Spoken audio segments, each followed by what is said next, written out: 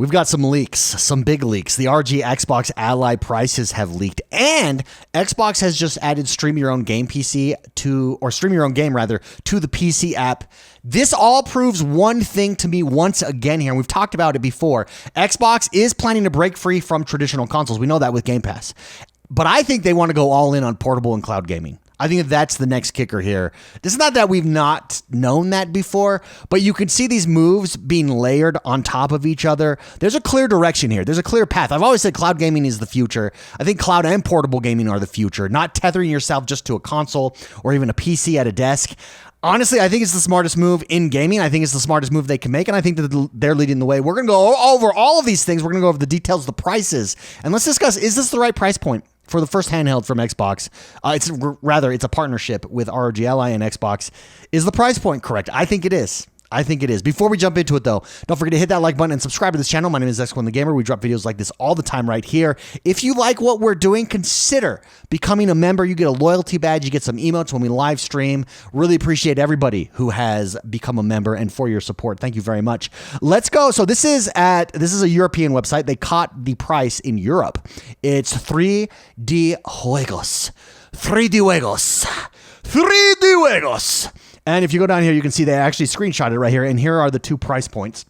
Now, this was taken down. These were Google screenshots, again, taken down. You can see the high-end Xbox Ally Z2 is €899, and the ASUS ROG Ally's, the entry-level ROG Xbox Ally, the white one, comes in at $599. Now, rumor is, those prices, if you were to just translate those prices over to dollars, I think that pricing is all wrong.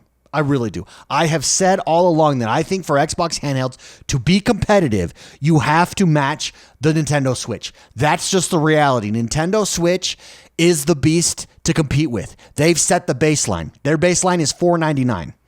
That's their baseline. You've got to match that $499 price point. Rumor is that the US price point here is $100 cheaper.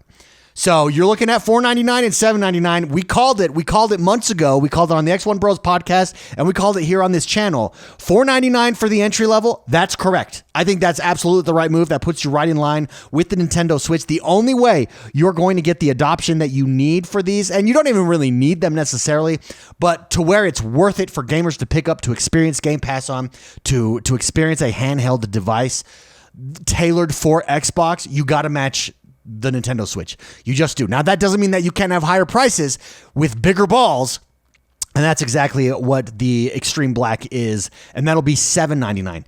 That's the one I'm going to get, baby. I'm all in on that. But that's the right price point to me. Now, if that's not true and it comes in straight across at $599 and $899, I think that's wrong. I think they're missing the boat. I think that's terrible pricing. You've got to match Nintendo Switch. Again, though, it does look like that is indeed the case. Multiple people saying the US version is going to be $100 cheaper. And I'm excited. Now, I'm getting the ballsy one, but $499 to be able to play your Xbox games natively, that's a decent price point. Wherever you want on your couch, that's a decent entry level price point. I would love to know what you guys think. Do you think that's a price point you can get behind? Do you think that's the correct price point? Do you think that it is going to be $100 off? And will you be jumping into this? I'm all over it. It will increase my gameplay tenfold. It just makes it convenient. It makes it so that I can play whenever, wherever I want. And I'm not even talking traveling wise. I don't travel that much. I'm just talking around my house. I don't have to remove myself from my family. I can be where they're at all the time, or, be in the kitchen, be in the living room, be out back.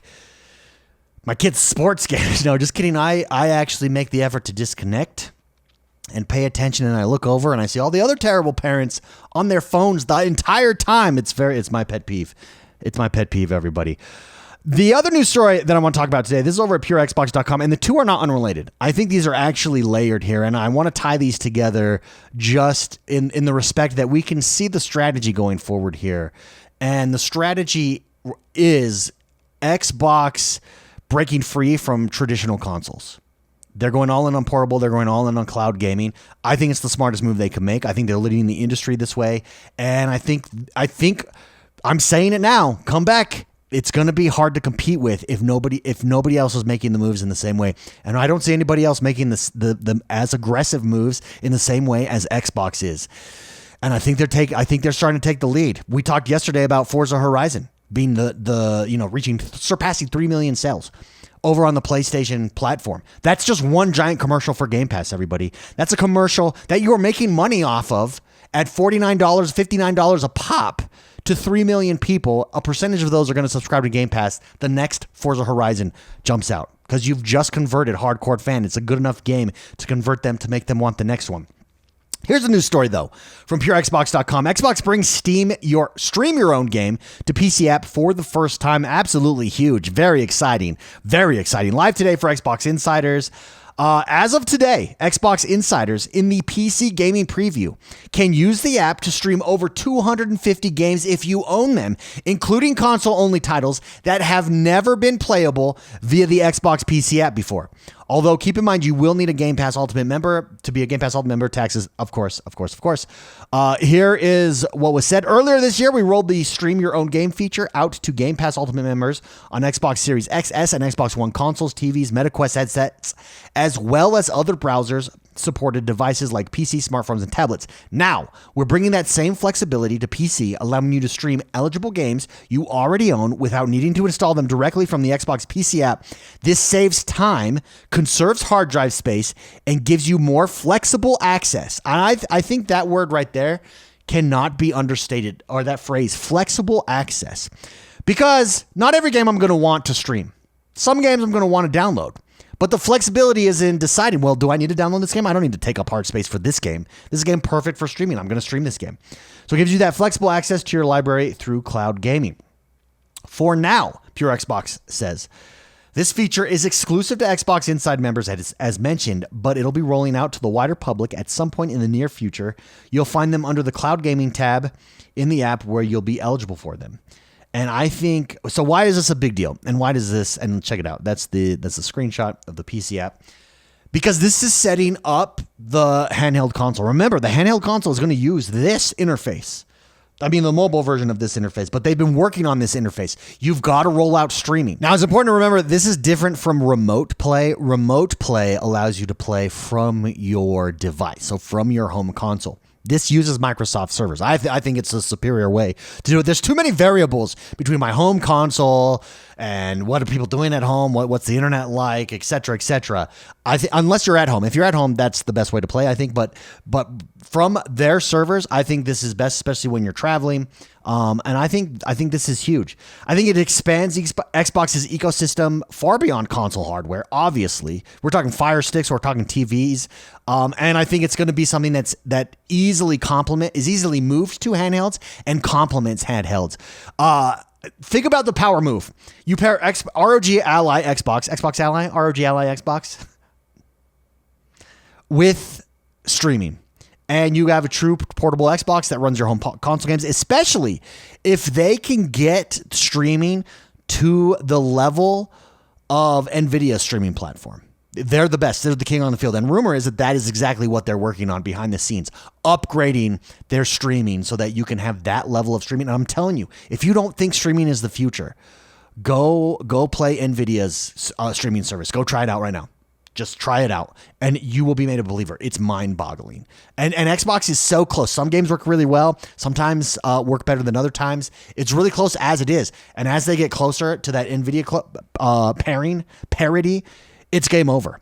I think you've got Xbox-certified handhelds. You've got pre-installed Xbox apps on future devices that can take advantage of games as long as you own them wherever you want to play them. Meanwhile, PlayStation really doesn't have a portable strategy. Not yet, at least. Rumor is that they're making one. I think this was a genius partnership. I think you get it out there into the ether. You learn a lot about it. You see, is there demand for it rather than waiting? I think this is similar to the VR competition. At the time, PlayStation's going on VR. Xbox isn't. They're losing. No, why? Why? Let other people figure that out. You don't need to figure that out. You don't need to waste time and money and effort on that like PlayStation did. And PlayStation is shutting down their VR. So I don't think they need to jump into the handheld space first as far as like first party hardware. I think doing it this way, partnering with ROG Ally, someone who's already making the hardware, is really smart. I think when you compare this with streaming, it's why that video from that, I can't even remember her name, and forgive me, I don't remember her name, when she was like Xbox hardware is dead. And she basically was bitter that the Xbox that she worked on, i.e. the first generation, then that brand is evolving and changing. But that's the nature of the world we're living in. And it's not just in gaming, guys.